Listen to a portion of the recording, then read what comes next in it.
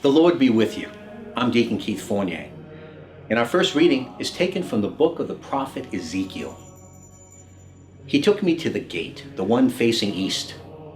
I saw the glory of the God of Israel approaching from the east. A sound came with him like the sound of the ocean, and the earth shone with his glory. This vision was like the one I had seen when I had come for the destruction of the city, and like the one I had seen by the River Chebar.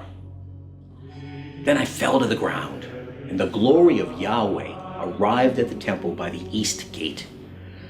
The Spirit lifted me up and brought me into the inner court. I saw the glory of Yahweh fill the temple, and I heard someone speaking to me from the temple while the man stood beside me.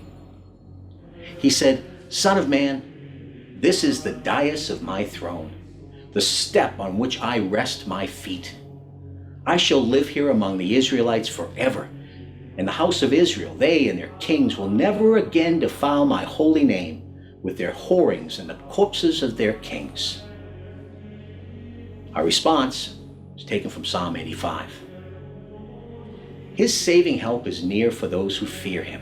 His glory will dwell in our land. Faithful love and loyalty join together. Saving justice and peace embrace. Loyalty will spring up from the earth, and justice lean down from heaven.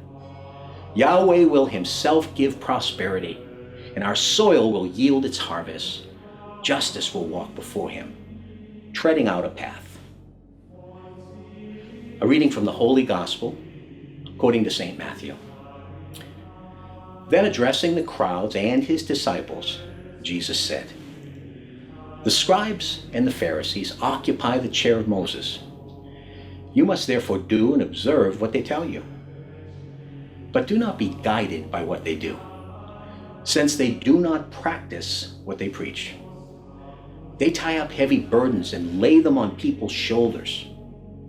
But will they lift a finger to move them? Not they.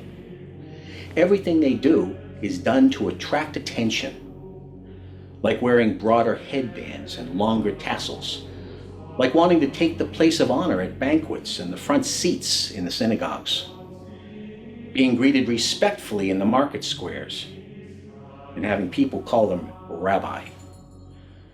You, however, must not allow yourselves to be called rabbi, since you have only one master, and you are all brothers. You must call no one on earth your father, since you have only one Father, and he is in heaven.